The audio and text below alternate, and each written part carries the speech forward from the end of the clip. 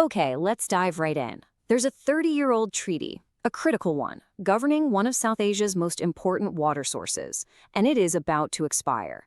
And believe me, this isn't just about water. It's about regional stability, it's about diplomacy, and it's really about the future between two major neighboring nations.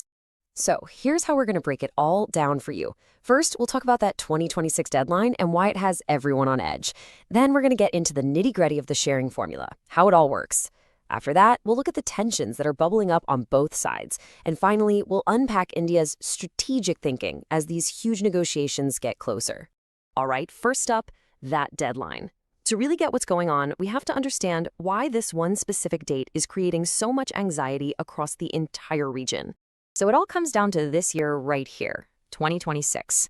This is the year the landmark Ganga Water Treaty, signed back in '96 between India and Bangladesh, officially runs out.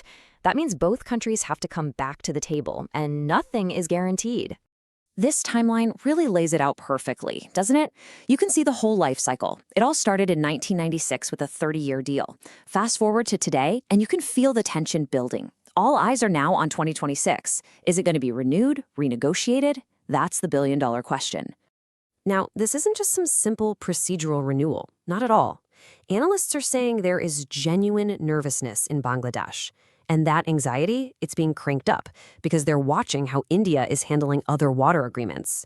They see India taking a much harder line on the Indus Water Treaty with Pakistan, signaling it might use water as a diplomatic tool. For Bangladesh, that sets a pretty worrying precedent. It makes them wonder if the generous terms they've had for decades are about to disappear. Okay, so let's get into the mechanics of this thing. To really understand the arguments, we need to look at exactly how the treaty carves up the water at the single most critical location. So before we jump into the actual numbers, you need to know the lingo. The key measurement here is the cubic. It just means 1 cubic foot of water flowing past a point every second. Simple as that.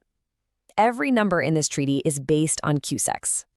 And here it is, the heart of the agreement. This formula is specifically for the driest part of the year, January through May, and it's all measured at a place called the Farakka Barrage.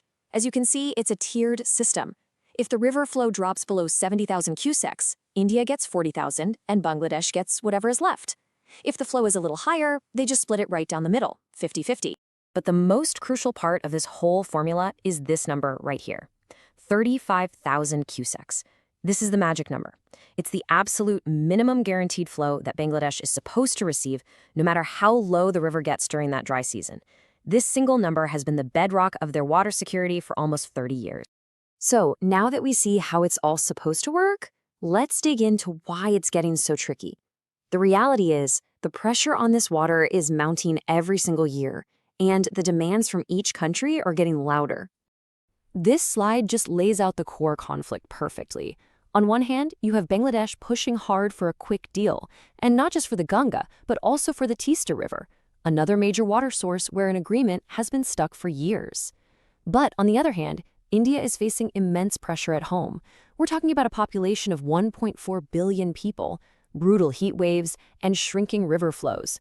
The domestic need for that very same water is becoming absolutely critical. And this leads to a really fascinating contradiction that observers have pointed out.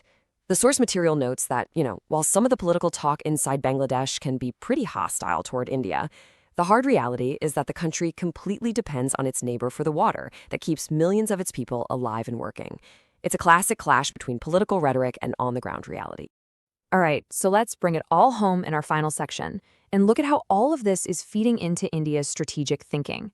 It really seems like the country is rethinking its whole approach and moving away from what some used to call its generosity. So as India walks up to that 2026 deadline, its perspective is being shaped by some really powerful forces. It's not just history anymore. You've got the raw, pressing needs of a massive population. You have the undeniable effects of climate change, heat waves, evaporation, that you just can't ignore. And you have the strategic precedent being set with other neighbors. So there's a growing feeling that any new deal has to come with some very clear conditions attached. And this right here is the final and, frankly, provocative question that geopolitical analysis is posing. If water is a strategic asset, not just a shared resource, then what should India ask for in return? This question completely transforms the negotiation. It's no longer just a discussion about water flow, it's a complex diplomatic chess match, and the outcome is going to shape this region